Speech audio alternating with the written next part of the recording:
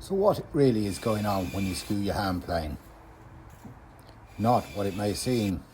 Hi from Ben Construct, and today we're looking at what happens to your plane when you skew it when you're planing. It's not all that you think. Let's get to it and have a look.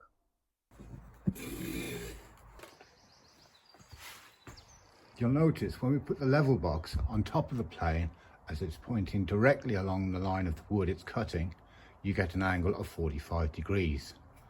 But what happens when the plane is turned to a 40-degree angle off the wood and the bevel box is adjusted? You'll note it's gone to nearly 40 degrees.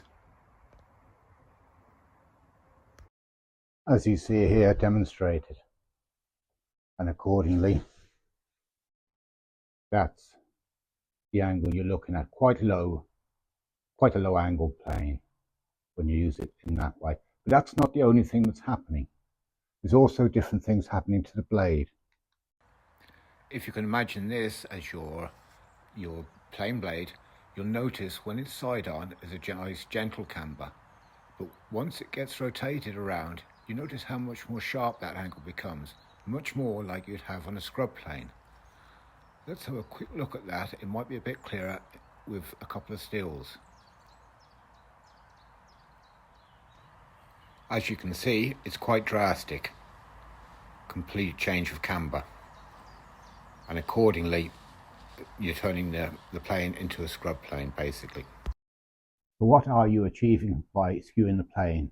Well, you might find it helps you engage the wood,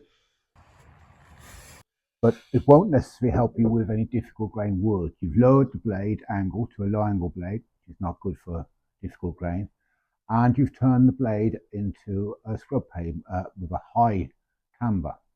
Now that won't level the wood very well, and it'll more likely dig grooves in it, and you'll still have to go through the wood with the plane square on to give you a nice flat surface.